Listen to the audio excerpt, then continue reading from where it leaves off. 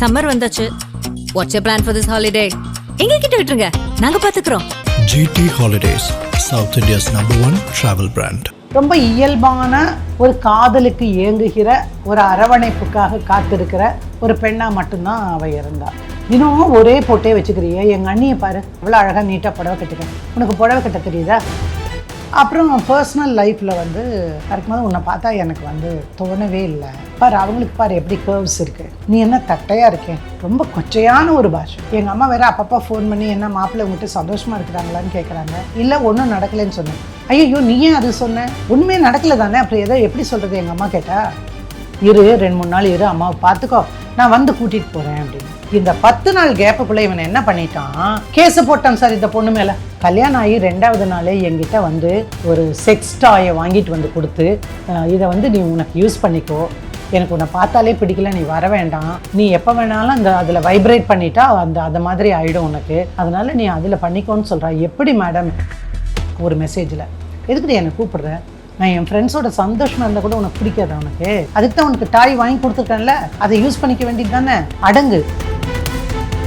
But உன்னுடைய எண்ணம் வந்து இந்த பொண்ணு மட்டும் இல்லை, எந்த பொண்ணு வந்தாலும் அந்த பையன் அந்த வீட்டில் வாழ மாட்டான். நான் காரணத்தை வெளிப்படையாக சொல்ல விரும்பலை. அப்போது உனக்கு அவ்வளோ அழகாக வேணும், எல்லாருக்கும் நயன்தாரா தான் வேணும் சார், ஆனால் நீங்கள் எப்படி இருக்கிறீங்க அதை சொல்லுங்கள். நம்ம மூஞ்சியை கண்ணாடியில் பார்க்கணும் இல்லை சார்.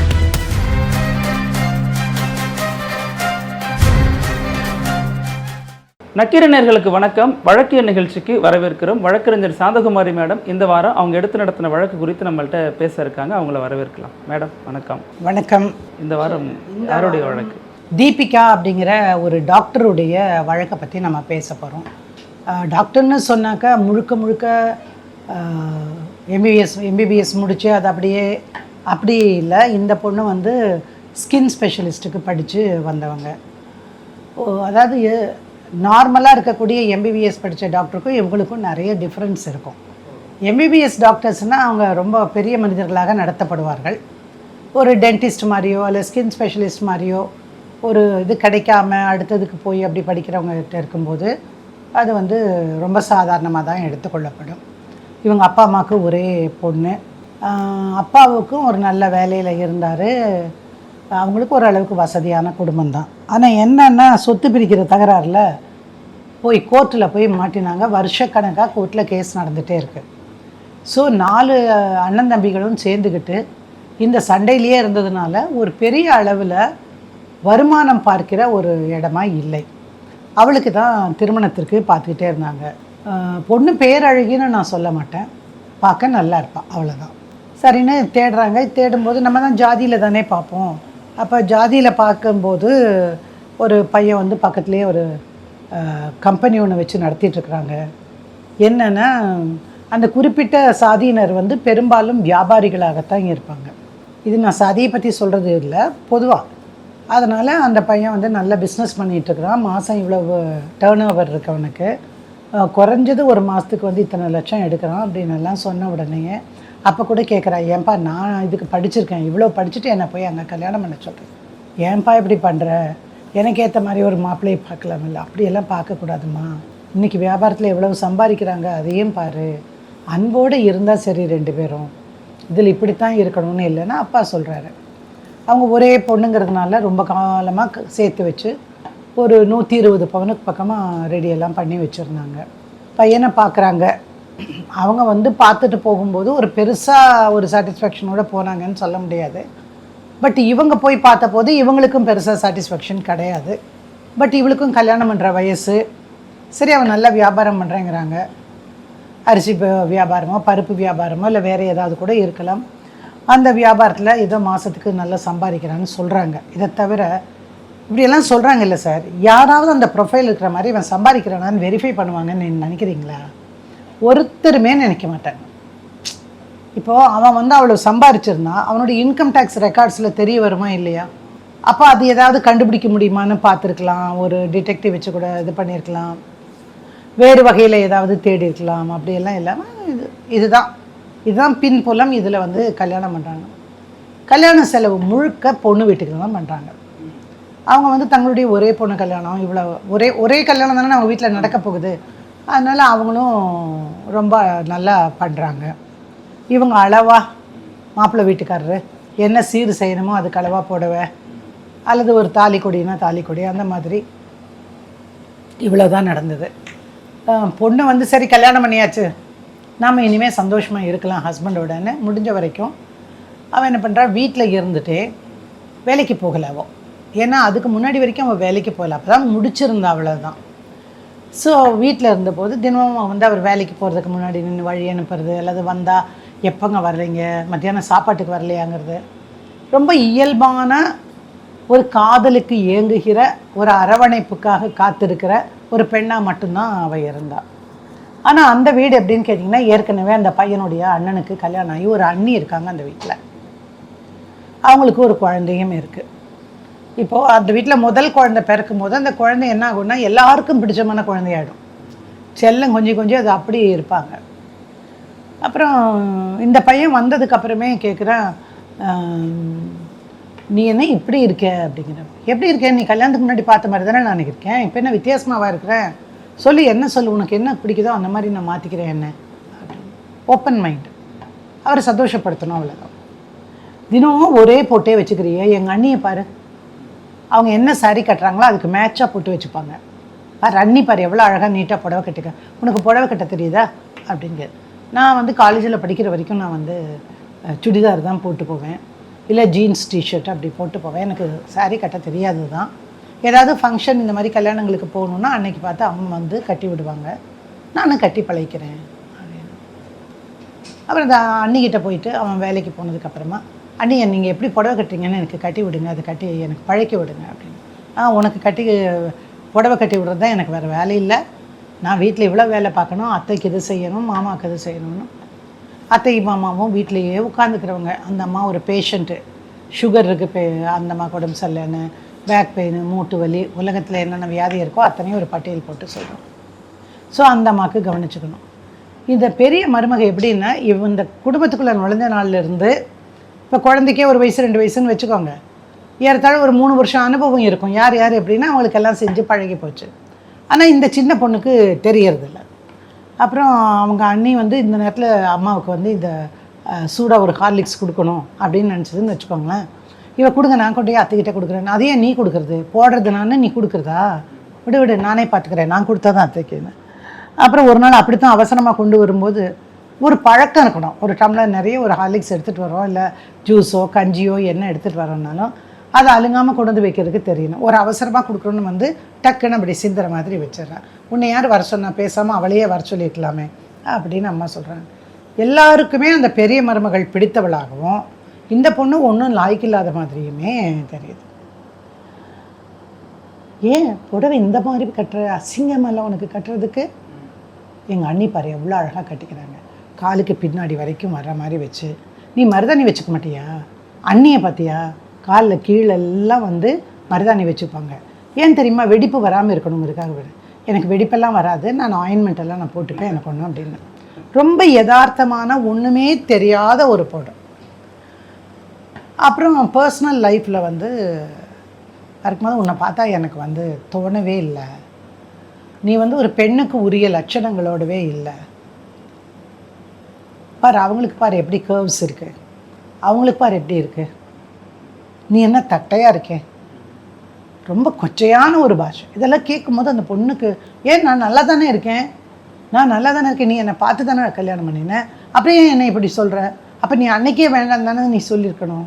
ஐயோ தாயே, உங்கள்கிட்ட நான் சண்டை போடுறதுக்கெல்லாம் வரல, பட் நீ ஏதாவது பண்ணி உன்னோட உடம்பெல்லாம் கொஞ்சம் சரி பண்ணிக்கணும். வா நீ கூட்டிகிட்டு போ, டாக்டர்கிட்ட கூட்டிகிட்டு போ, நான் வரேன், எனக்கு என்ன குறைன்னு டாக்டர் சொல்லட்டும். ஏன் குறையை பற்றி உங்கள்கிட்ட என்ன, நீ தான் வந்து கல்யாணம் நாள்லேருந்து என்கிட்ட வரவே மாட்டேங்கிறியே.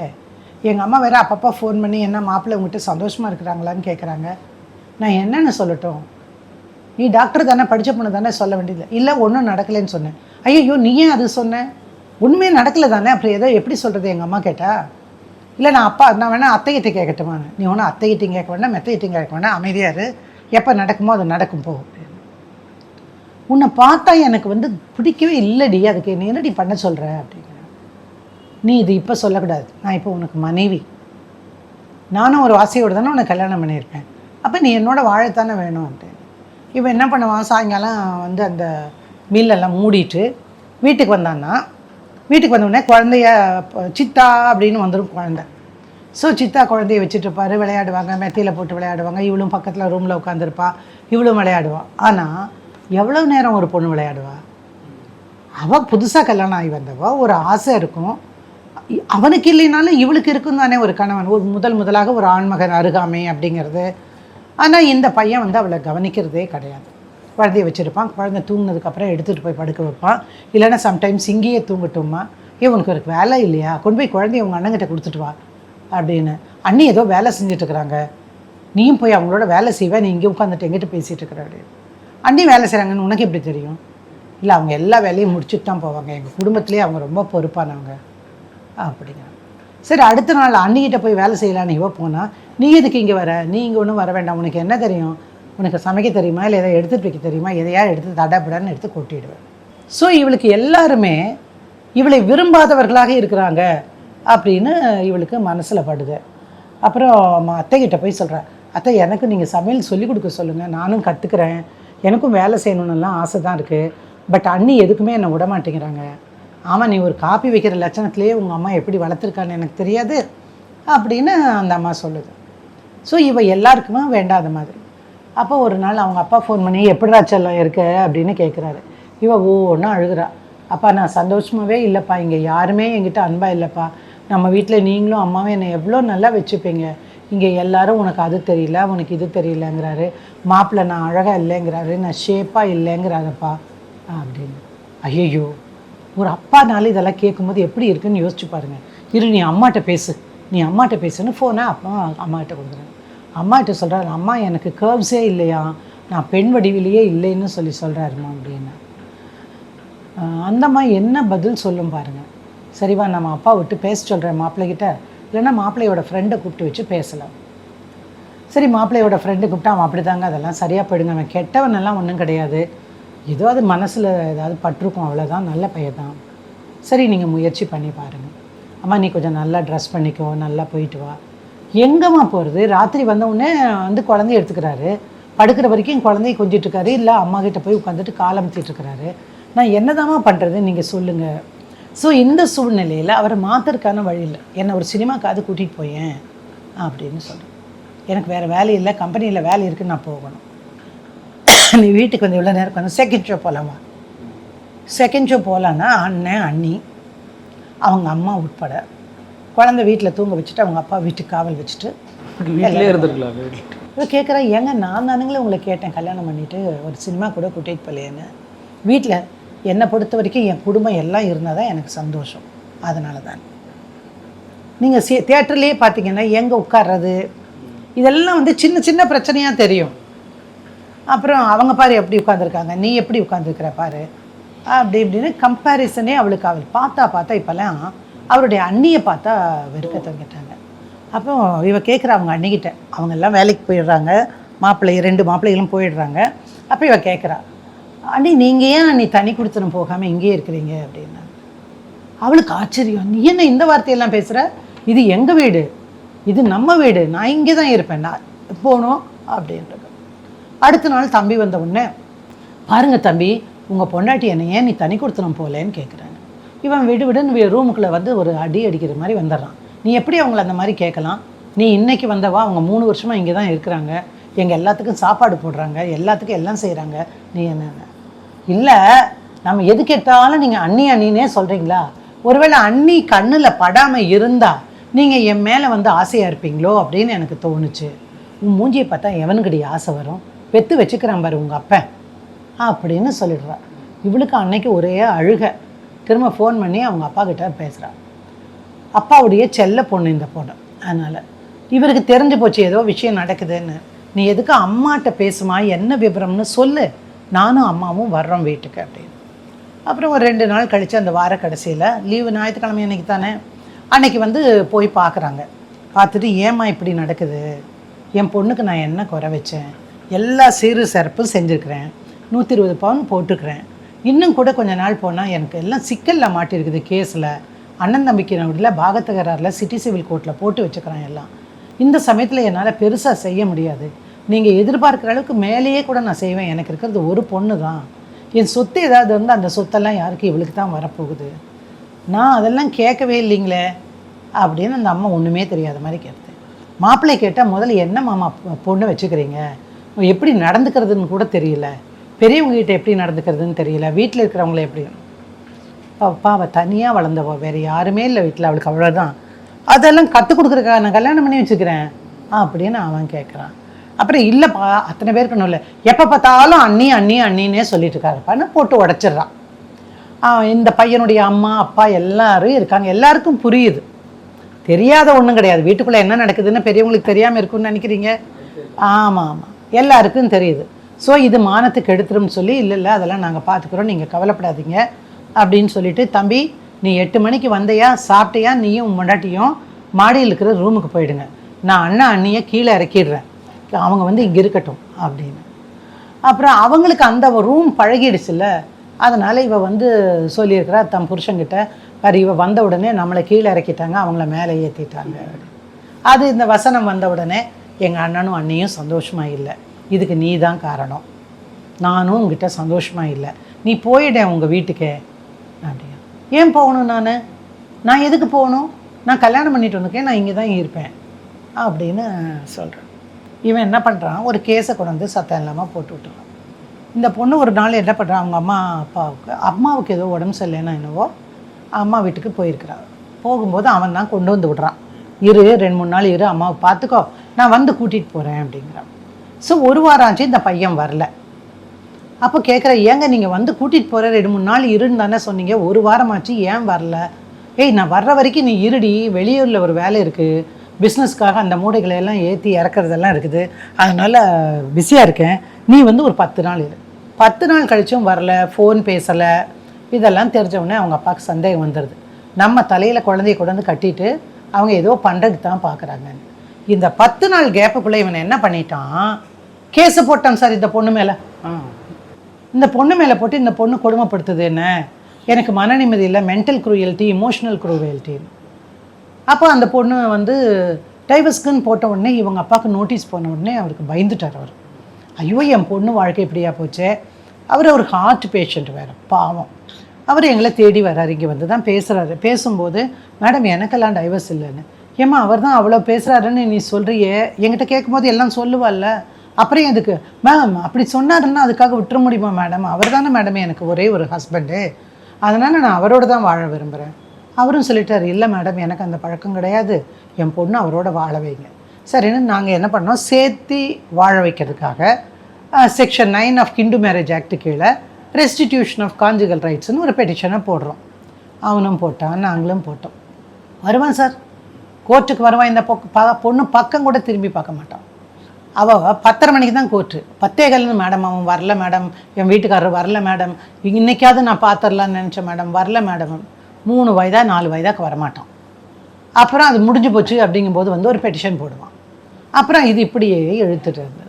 சரின்னு சொல்லிவிட்டு நான் சொன்னேன், இந்த அந்த பொண்ணுக்கு சின்ன வயசு, இந்த மாதிரி பண்ணுறது கொஞ்சம் கூட நல்லா இல்லை, சேர்த்து வாழணும்னா முதல்ல ஏதாவது பேசி பார்க்கலாம், அவங்க வீட்டில் இருக்கிறவங்களுக்கு இவ்வளோ பிடிக்கலை, இவனால் அவள் புருஷன் வேண்டான்னு சொல்ல முடியலை, ஏதாவது ஒரு நிலைப்பாட்டுக்கு வந்து தானே ஆகணும் அப்படின்னு சொல்லி போய் பேச்சுவார்த்தைக்கு அனுப்புங்க.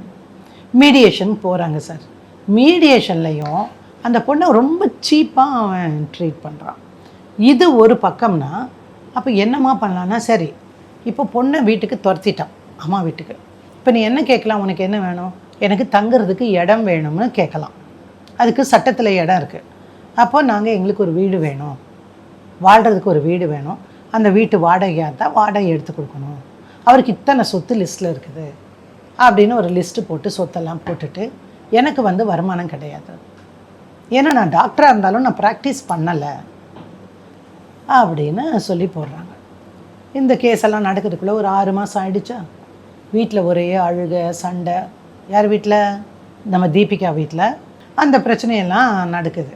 அப்போ என்ன பண்ணுறாரு, நீ வீட்லேயே இருந்தீங்கன்னா இப்படி தான் இருக்குமா, நீ இன்னொரு ஹாஸ்பிட்டலுக்கு போய் வேலையாக செய், சாயங்காலம் ஒரு 2 மணி நேரம் இரு, அப்படியே கொஞ்சம் பயிற்சியும் எடுத்துக்கோ, என்ன பண்ணுறியோ அது பார்த்துக்கலான்னு அனுப்புகிறாரு.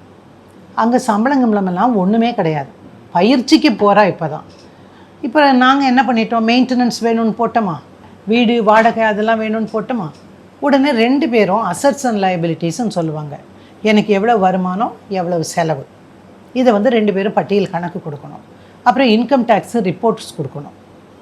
அதுக்கப்புறமா பேங்க் ஸ்டேட்மெண்ட் கொடுக்கணும். இதை 2 பேரும் கொடுங்கன்னா அவன் புத்திசாலித்தனமாக ஏதோ ஒரு கம்பெனியில் காட்டன் கம்பெனியில் போய் வேலை செய்கிறவன் போட்டு ஒரு 20,000 என்னமோ ஒரு பில்லை போட்டு அதுதான் என்னோடய சேலரி, என்னால் எனக்கும் எங்கள் அம்மாவுக்கும் சேர்க்கே பத்தாது, எங்கள் அம்மா சீக்காளி, அதனால் எங்கள் அம்மா இந்த மருந்து வாங்கி கொடுத்துருக்கேன்னு அம்மா பேர் போட்டு தான் முதலே சொல்லியிருக்கேனே, டயபெட்டிக்காக இருந்தாங்க, அப்புறம் மற்ற வியாதிகள்லாம் இருந்ததுன்னு, அதனால் என்கிட்ட ஒரு பைசா கூட கொடுக்க முடியாது அப்படின்னு போட்டுறான். இவளுக்கு தான் வேலை இருக்குது, இவ ஒரு இடத்துல வேலைக்கு போகிறா, அவள் மாதம் 1 லட்ச ரூபா சம்பாதிக்கிறாங்க. அப்போ நாங்கள் போட்டால் மாதம்லாம் 1 லட்ச ரூபா சம்பாதிக்க ஒரு பைசா கூட இல்லாமல் ட்ரெயினி மாதிரி தான் போயிட்டுருக்கா. நீங்கள் வேணால் அவங்கள கூப்பிடுங்க, சம்மன் பண்ணுங்கள். யாரை? எந்த ஹாஸ்பிட்டலோ அந்த பர்சனை சம்மன் பண்ணுங்கன்னு சொன்னால் சம்மன் போனால் என்னாச்சு? இந்த பொண்ணை வீட்டுக்கு போன்ட்டாங்க. எங்கேருந்து காசு கிடைக்கும்? அது கிடையாது. அப்புறம் அடுத்த கிளினிக்கு அவள் போகிறான், ஏதாவது ஒன்று பண்ணணுமே அப்படின்னு. இந்த பையன் சார் எந்த காரணம் கொண்டும் அப்போ தான் இவ சொல்லிட்டு அழுகிறார் மீடியேஷனில். எல்லோரும் இருக்கும்போது தான் எங்களுக்கெல்லாம் உண்மையிலேயே கண்ணில் தண்ணி வந்துருச்சு. கல்யாணம் ஆகி 2வது நாளே என்கிட்ட வந்து ஒரு செக்ஸ் டாயை வாங்கிட்டு வந்து கொடுத்து, இதை வந்து நீ உனக்கு யூஸ் பண்ணிக்கோ, எனக்கு உன்னை பார்த்தாலே பிடிக்கல, நீ வர வேண்டாம், நீ எப்போ வேணாலும் அதில் வைப்ரேட் பண்ணிட்டா அந்த மாதிரி ஆகிடும் உனக்கு, அதனால் நீ அதில் பண்ணிக்கோன்னு சொல்கிறா. எப்படி மேடம், எதுவா மேடம் வாழ்க்கை அப்படின்னு சொல்லிட்டு அழுகிறா. மீடியேட்டருக்கே அழுக வந்துருச்சு சார் இந்த பொண்ணு சொல்கிறதெல்லாம் கேட்டுட்டு. எப்போ பார்த்தாலும் அண்ணின்ட்டே இருக்காரு. நான் கேட்காம என்ன பண்ணுவேன்? ஏன்பா நீ உங்கள் அண்ணி இங்கே கூட்டிகிட்டு வா, நான் உங்கள் அண்ணிக்கிட்ட பேசுகிறேன். சரி, தெரிஞ்சோ தெரியாமலோ இருந்தால் கூட அவங்களே கூட பக்குவமாக இந்த பொண்ணுக்கு சொல்லித்தரலாம். ஒரு சட்னி அரைக்கிறேன்னு சொல்கிறாளா, இந்தம்மா 4 தேங்காய் துண்டு போடு, 2 பச்சை மிளகாய் வை, இல்லை ஒரு சட்னிக்கான கடலையை வை, கொத்தமல்லி தலை, இது தானே சொல்லுவாங்க. அந்த மாதிரி ஒன்றுன்னா சொல்லி கொடுக்க சொல்லலாம். இல்லை நான் உனக்கு எந்த விதத்துலேயும் எதிர்ப்பாக இருக்க மாட்டேன், நீ இருமா, நம்ம 2 பேரும் சேர்ந்துடலாம். அதாவது அந்த பொண்ணுடைய மனம் வந்து ரொம்ப பாதிக்கப்பட்டிருக்கு தம்பின்னு அவங்களும் சொல்கிறாங்க. அதுக்கு நான் ஒன்றும் பண்ண முடியாதுங்க மேடம், அவள் சொல்கிறதெல்லாம் போய், நான் வைப்ரேட்டருடைய கூடிய செக்ஸ்டாயெல்லாம் எனக்கு எங்கே விற்கிதுன்னு கூட தெரியாது அப்படின்னு. அப்போது நாங்கள் அவனுடைய என்னென்ன விதமாக இவளை திட்டினானோ அதெல்லாம் வந்து மெசேஜில் வந்திருந்தது வாட்ஸ்அப்பில். அந்த வாட்ஸ்அப் மெசேஜஸ் எதுக்குடி என்னை கூப்பிட்ற, ஒரு மெசேஜில் எதுக்குடி என்னை கூப்பிட்ற, நான் என் ஃப்ரெண்ட்ஸோட சந்தோஷமாக இருந்தால் கூட உனக்கு பிடிக்காது, உனக்கு அதுக்கு தான் உனக்கு டாய் வாங்கி கொடுத்துருக்கேன்ல, அதை யூஸ் பண்ணிக்க வேண்டியது தானே, அடங்கு அப்படின்னு அவன் எழுதுகிறான். அப்போ அதையெல்லாம் நாங்கள் போடுறோம், இதெல்லாம் போடுறோம். நிறைய மெடிக்கல் ரெக்கார்ட்ஸு, எந்த கம்பெனிலையும் எதுவும் அவன் சம்பளம் வாங்கலைங்கிறது இவன் போடுறான். நான் வந்து அந்த மில்லுக்கு அவன் தான் ஓனரு, அவன் சொல்கிறான் நான் வந்து சம்பளம் வாங்குற இடத்த மாதிரி இருக்கிறேன் அப்படின்னு ஒரு சம்பளம் கொண்டு வந்து போடுறான். நல்ல வேளை எந்த கம்பெனி அது கொடுத்துச்சோ அவனுக்கு, அதில் இது அவர் கேட்டுக்கொண்டதன் பேரில் நாங்கள் இதுக்கு வழங்குகிறோம், இதனால் ஏற்படுகிற எந்த விதமான விளைவுகளுக்கும் நாங்கள் பொறுப்பல்ல அப்படின்னு கேட்டு கொடுத்துருந்தாங்க. நான் அந்த பாயிண்ட் எடுத்தேன். சரி, இது எப்போ போட்டது? தேதி வந்து நாங்கள் வந்து கேஸ் போட்டுக்கிறோம் பாருங்க, என்னது மெயின்டெனன்ஸ்க்கு கேஸ் போட்டோமே, அதுக்கு பிறகு தான் இதே வந்து வந்திருக்கு. அப்போ அது வரைக்கும் மில்லு உன்னோடது, அப்போ நீ மில்லிலேருந்து வெளியே போய் ஒரு சம்பளம் வாங்குற மாதிரி காட்டியிருக்கேன். சரின்னு சொல்லி என்ன பண்ணினோம், சரி உங்கள் முதலாளி பேர் என்ன, இந்த கம்பெனிங்க தானே, நாங்கள் சுப்பின் எடுக்கிறோம் மேடம். சுப்பினாங்கிறது என்னென்னா ஒரு நோட்டீஸ் ஒரு கம்பெனிக்கு கொடுத்துருந்தா, இந்த பையனுடைய சம்பளம் எவ்வளவு, எப்போ வேலைக்கு சேர்ந்தான், இந்த விவரங்கள் எல்லாமே தெரிஞ்சுக்கலாம். அதை போட்டு அந்த ஆளை சம்மன் பண்ணுறதுக்கு அனுப்பணும். அந்த கம்பெனிக்காரன் வருவானா? ஏன்னா இதெல்லாமே பொய், ஏதோ ஒரு நட்புக்காகவோ ஏதோ ஒரு தேவைக்காகவோ செஞ்சு கொடுத்துருக்குறாங்க. அப்புறம் அவன் ஆடி போயிட்டான். நான் வேணா 10,000 தரேன், நான் 10,000 வேணால் தரேன், 20,000 என்னால் தர முடியாது, நான் சம்பாதிக்கிறதே 20,000 தான் அப்படின்னு சொன்னேன். நான் சொன்னேன் 20,000 தானே சம்பாதிக்கிறான், முதல்ல 10,000 கொடுக்க சொல்லுங்கள், நாங்கள் போட்டதுலேருந்து இது வரைக்குமே 1 லட்ச ரூபாய்க்கு மேலே ஆகிடுச்சு, 1 லட்ச ரூபாயை முதல்ல கொண்டு வந்து கொடுங்க. கொண்டு வந்து கொடுத்துட்டாங்க சார். அடுத்த நாள் கஷ்டப்பட்டு நீயே 10,000 தான் சம்பாரித்து வச்சுக்கிறேன்னா நீ எப்படி கொடுக்க முடியும்? அப்போ இதெல்லாம் ஏமாத்துறேன்னு அவங்க வீட்டு பட்டியல், இந்த ப்ராப்பர்ட்டியே அந்த அம்மா ஐயா பேரில் தான் எல்லா ப்ராப்பர்ட்டியும், ஒரே ஒரு ப்ராப்பர்ட்டி மட்டும் அவங்க அண்ணன் பேரில், இந்த பையன் பேரில் ஒன்றுமே இல்லை. ஸோ அந்த ப்ராப்பர்ட்டியெல்லாம் நாங்கள் கணக்கெடுக்க முடியாதுன்னு கோர்ட்டு சொல்லிடுச்சு. ஒரு இடத்துல கொஞ்சம் ஜெயிக்கிற மாதிரி இருக்கும், மறு இடத்துல அடிச்சு நொறுக்கிற மாதிரி இருக்கும். அப்புறம் திரும்பவும் பேசி அவங்க அப்பாட்ட பேசி, மேடம் இது ஒன்றும் ஒத்து வர மாதிரி தெரியலை, பாருங்கள் என் வீட்டில் வந்து அது என் பொண்டாட்டி விழுந்துட்டா, உண்மையிலேயே படுக்கையில் தான் இருக்கிறா, அவளால் எந்திரிச்சு கூட நடக்க முடிய மாட்டேங்குது, எனக்கும் ஹார்ட் அட்டாக் வந்துருச்சு இப்போது, ஏதாவது வகையில் பேசி முடிச்சு கொடுங்க அப்படின்னு. நாங்கள் 1 கோடி ரூபாய் கேட்டோம். ஏன்னா அவ்வளவு சொத்து இருக்குது, ஒரு பெரிய பருப்பு மில்லுக்கு முதலாளி அவன்.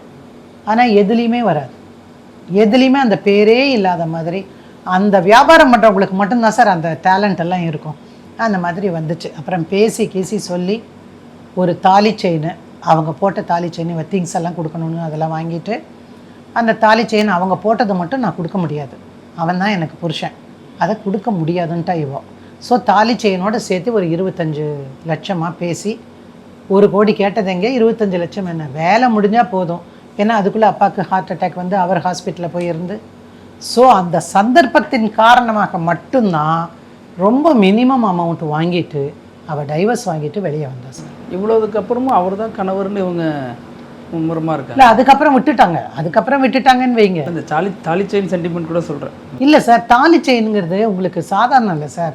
நீங்கள் ஒரு 20 பவுனில் தாலி செயின், அந்த குறிப்பிட்ட கம்யூனிட்டியில் பார்த்தீங்கன்னா அவ்வளோ தடியாக தான் தாலி செயின் போடுவாங்க. தங்கத்துக்கு உங்களுக்கு விலை ஏறும்போது நீங்கள் 10 ரூபா நீங்கள் கையில் வாங்குறத விட 10 பவுன் நகையை நீங்கள் வாங்கினீங்கன்னா அது எக்ஸ்ட்ராவாக இருக்கும். அதனால் எல்லாம் அட்வைஸ் பண்ணி தான் அவளும் வாங்கினான். மிக மிக குறைச்சலான அமௌண்ட்டு தான். ஆனால் அதை வாங்கிட்டு தான் அந்த பிள்ளை வெளியே வந்தாள். ஆனால் வந்ததுக்கப்புறம் தான் அந்த குடும்பம் இப்போ நிம்மதியாக இருக்குது. அந்த பொண்ணு வந்து இப்போது ஒரு நார்த் மெட்ராஸில் ஒரு மிக முக்கியமான ஒரு மருத்துவமனையில் ஸ்டைப்பண்ட் கொடுக்குறாங்க, ஹையர் ஸ்டடீஸ்க்கு போகிறா. இப்போது அங்கேயே இருந்து பேஷண்ட்ஸை பார்த்துக்கிறா. அதனால் நல்ல பேர் அந்த ஹாஸ்பிட்டலுக்குள்ளே அவளுக்கு. அதனால் அவளுக்கு ஒரு ஸ்டைப்பண்ட் வேறு வருது. பெரும்பாலும் இந்த ஸ்டைப்பண்டுன்னு சொல்கிறாங்க இல்லை சார், ஒரு டாக்டருக்கு 40,000 கொடுக்குறது அப்படின்னு சொல்லுவாங்க மேல் படிக்கும்போது. அந்த 40,000 அந்தந்த ஹாஸ்பிட்டலே எடுத்துக்கும். ஆனாலும் கூட இப்போ ஒரு நல்ல பேர் வாங்கினதுனால இப்போ தைரியமாக இந்த துறையில் நான் தனியாகவே வந்து ஒரு கிளினிக் வச்சா கூட நான் வந்துடுவேன் அப்படிங்கிற அளவுக்கு வந்திருக்கிறேன். எனக்கு இதில் சொல்லக்கூடிய ஒரே விஷயம் சார், கட்டாயமாக நான் இந்த விஷயத்த பேசியாகும். ஒரு பொண்ணை பார்க்கும்போது நீங்கள் உங்கள் கண்ணை வச்சு தானே பார்க்குறீங்க. அது ஒல்லியாக இருக்கா, குண்டாக இருக்கா, அது மூக்கு கோணையாக இருக்கா, இல்லை காது வெடைச்சிருக்கா, இதெல்லாம் பார்த்து தானே சார் கல்யாணம் பண்ணுறீங்க? சொல்லுங்கள். அது போக நிச்சயம் பண்ணும்போது பக்கத்தில் திரும்பி பார்க்காம இருக்க போகிறீங்களா? அவள் கை விரல் எப்படி இருக்குன்னு பார்க்காம இருக்க போகிறீங்களா? ஸோ வெளித்தோற்ற அளவுக்கு எல்லாத்தையும் பார்த்துருக்குறீங்க. ஒரு ஒல்லியான பொண்ணுக்கும் ஒரு உடம்பு நிறைவாக இருக்கிற ஒரு பெண்ணுக்குமான வித்தியாசம் ஃபோட்டோலேயே தெரிஞ்சிடும். நேரில் பார்க்கும்போது உனக்கு தெரியாதா? அப்போ நீ கல்யாணம் பண்ணிட்டு நீ வீட்டுக்கு வந்ததுக்கப்புறம் நீ வந்து கேர்வியாக இல்லை, உனக்கு பெண்ணோட அமைப்பே இல்லை, உன்னை தொட எனக்கு பிடிக்கலன்னு சொல்லி என்ன மாதிரியான ஒரு பாவ காரியம் சார் ஒரு பொண்ணுக்கு செய்கிறது? நான் ஒரு தாயாக இருந்தால் என் பொண்ணை என்னை வந்து அந்த மாதிரி பண்ணினா என் மனசு கேட்குமா? நீங்கள் சொல்லுங்கள். உனக்கு வேண்டான்னா அன்றைக்கே நீ விட்டுட்டு போக வேண்டியது தானே. நீ அந்த சொத்தை வளைச்சி போட்டுக்கலாங்கிறதுக்காக யாரோ சொல்லியோ என்னவோ நீ பண்ணுற. பட் உன்னுடைய எண்ணம் வந்து நீ இந்த பொண்ணு மட்டும் இல்லை, எந்த பொண்ணு வந்தாலும் அந்த பையன் அந்த வீட்டில் வாழ மாட்டான். நான் காரணத்தை வெளிப்படையாக சொல்ல விரும்பலை. பட் பெற்றவங்களாகட்டும் வீட்டுக்கு வர மருமகளை மகள் போல நடத்தணும் சார். யாரோட பெற்றவங்க? பையனை பெற்றவங்க. இல்லை சொல்லி கொடுக்கணும், அல்லது பையனையாவது தட்டி வளர்க்கணும். டே நீ பண்ணுறது தப்புடா, அந்த பாவம் நல்லதுக்கு இல்லை சொல்லணுமா இல்லையா? அப்போது உனக்கு அவ்வளோ அழகாக வேணும், எல்லாருக்கும் நயன்தாரா தான் வேணும் சார். ஆனால் நீங்கள் எப்படி இருக்கிறீங்க அதை சொல்லுங்கள். நம்ம முஞ்சியை கண்ணாடியில் பார்க்கணும் இல்லை சார். இந்த மாதிரியான நோக்கம் கொண்டு ஒரு பொண்ணை ஏமாற்றி ஒரு குடும்பத்தை ஏமாற்றி அந்த அந்த தகுடுத்தம் எல்லாம் பண்ணுறதுக்கு பதிலாக நேர்மையாக எனக்கு பிடிக்கலன்னு சொல்லிட்டு போயேன். ராத்திரி 12 மணிக்கு வருது, 1 மணி வரைக்கும் வர்றது, யோசிச்சு பாருங்களேன். எந்த ஆனாலும் பிடிச்சா கல்யாணம் பண்ணுங்க, பிடிக்கலன்னா விட்டுட்டு போங்க. அவளுக்கு ஒரு பொண்ணுக்கு ஒரு மாப்பிள்ளை கிடைக்கும், ஒரு மாப்பிள்ளைக்கு ஒரு பொண்ணு கிடைக்கும், சாதாரணம் தானே. ஆனால் அந்த பொண்ணு மனசு எத்தனை பாடுபட்டிருக்கோம் சார், நீங்கள் யோசிச்சு பாருங்கள். ஒரு புது இடம், ஒரு அப்பா அம்மா மாதிரி இருக்கக்கூடிய பெரியவங்க 2 பேர், அண்ணா அண்ணி இருக்காங்க. ஒரு பொண்ணை எத்தனை தான் கேவலமாக பேசும். பொட்டு வைக்கிறதுலேருந்து ஒருத்தரை பார்த்து அவங்கள மாதிரி வையி, அவங்கள மாதிரி புடவை கொடுத்து, அவங்கள மாதிரி மருதாணி வையின்னு சொன்னால் will it not amount to cruelty, mental cruelty and emotional cruelty? நீங்கள் யோசிச்சு பாருங்கள். அந்த வீட்டில் வாழ முடியுமா அந்த பொண்ணை?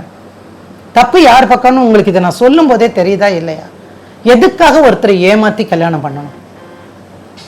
அது ஒரு பெண், அதாவது எந்த தப்பும் செய்யாத ஒரு யதார்த்தமான ஒரு பொண்ணு, அந்த பொண்ணுடைய மனசை இவ்வளோ வற்புறுத்துறீங்களே, கஷ்டப்படுத்துறீங்களே, இந்த பாவம் எல்லாம் யாருக்கு வரும்?